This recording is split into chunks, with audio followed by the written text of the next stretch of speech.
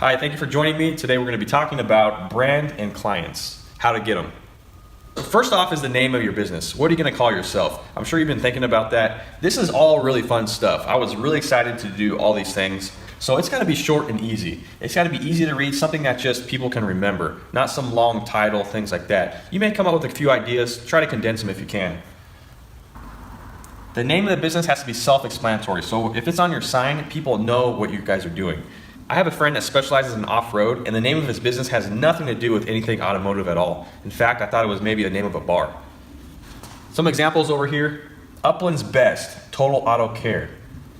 Prestige, European Auto Specialists. So you can have a name of something exciting on the top of your city, or a cool word that you feel like is neat. Be careful on that because it can get kind of cheesy. And then underneath, just put what you do. Or you can just put AA Automotive, something like that. Now the reason why people put AA in front of everything is so they're at the top of the list, basically.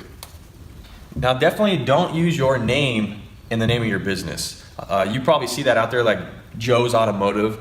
What that does is that hurts their image of your brand. Not only that, but it limits you. When people think of Joe's Automotive, they think of a little hole-in-the-wall place.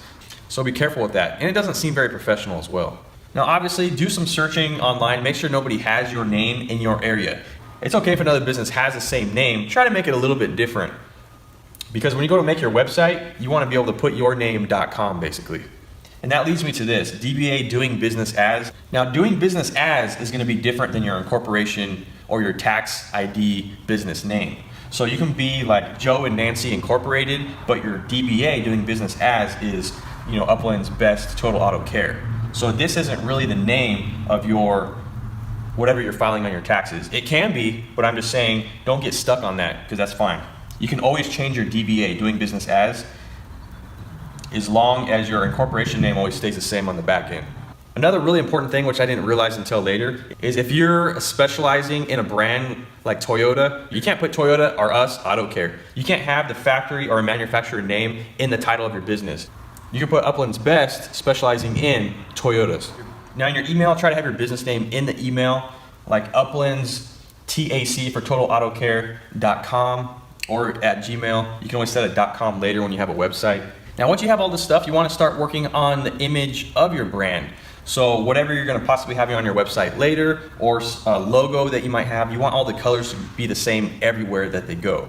That leads me to The Purple Cow. So Purple Cow is a book that I've read, and to super paraphrase it, basically the author is on vacation with his family. They're driving down the countryside, and they're all amazed at the beauty of the cows and the farms and the pastures. But after a while, hours of driving on this countryside, they get bored, and he says, what would really excite me is if I saw a purple cow. So that basically is the whole point of the book, and it's saying, what is your purple cow? Meaning, what is something that sets you aside from everyone else?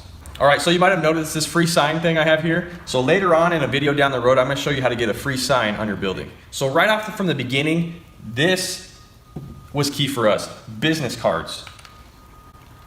So this is gonna evolve for you. You're gonna come up with a business card, you're gonna come up with another one and another one and another one. You're gonna fine tune the image of your brand, but that's okay because you gotta start somewhere. So on your business card, you're gonna want the logo, obviously, and we talked about earlier, you're gonna want your phone number, your certification images, like if you're ASE or whatever, you want to put those images on your card because it shows trust, obviously, and authenticity. You're going to want the years of experience, and it could be from, right out of high school or whatever you started. It doesn't have to be like I worked at this job for 5 years. No, put your years of experience. The brands you work on, that's very important. If you work on everything, still put the images on the card. So the reason why business cards was big for us, especially if you're a specialist, is we went through all the malls, all the shopping centers, everything. It didn't matter in the whole area that we wanted our clientele from. And we put a business card on all of their cars. Now, it wasn't on all of them, it was only on certain ones. It's kind of cool because most people keep the card for later. They're not going to show up at your shop or give you a call that week. Usually they're going to have it handy, and down the line you're going to get some business from that. This is more personal. We would put it right on the glass and the window scraper of the driver's door, so when they open the door they have to see it. They have to grab it and either throw it away or keep it. But they're going to look at it. What is this? Now, it's not like putting a rave flyer on everyone's car. It's so impersonal. In fact, it makes people upset. This is for them. You're trying to save them money. You have a service for them. You're more affordable than the dealership. You provide a better service. We still do this to this day. We still hand them out. We make a point once a week to go out and hand cards.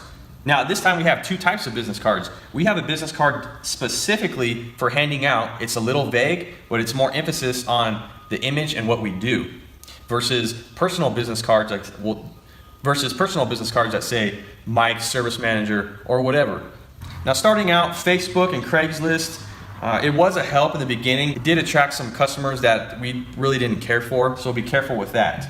But if you find some loyal customers this way, you're gonna wanna take care of them down the road. When you're like four years in and you still have those same customers, don't ream them. You can raise your labor rate on them a little bit, but take care of these people because they were the ones that help you get started.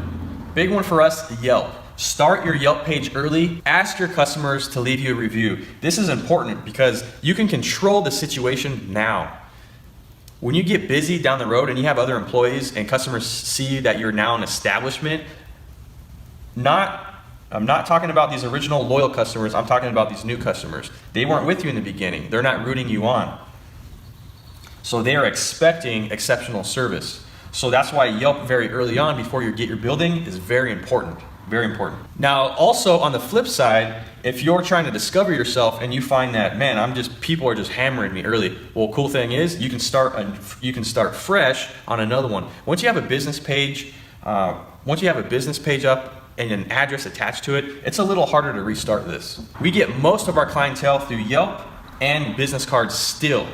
We have done extensive studying on Yelp and how to get positive Yelp reviews. We have over 100 5-star Yelp reviews. All the people that left us a bad one never even showed up at the shop. It was all over the phone quote stuff. It's crazy. But all the people that have came to our shop have all given us a 5-star. We have a secret formula for that. I will show you later in another video. Automotive repair shops are a huge unknown to first-time customers. They will guaranteed look you up on Yelp. I guarantee it. Forget your website. This will be the first deciding factor of the image and integrity of your workspace, your shop. Guys, thanks for joining me today. Click on the next video. I will see you on the other side.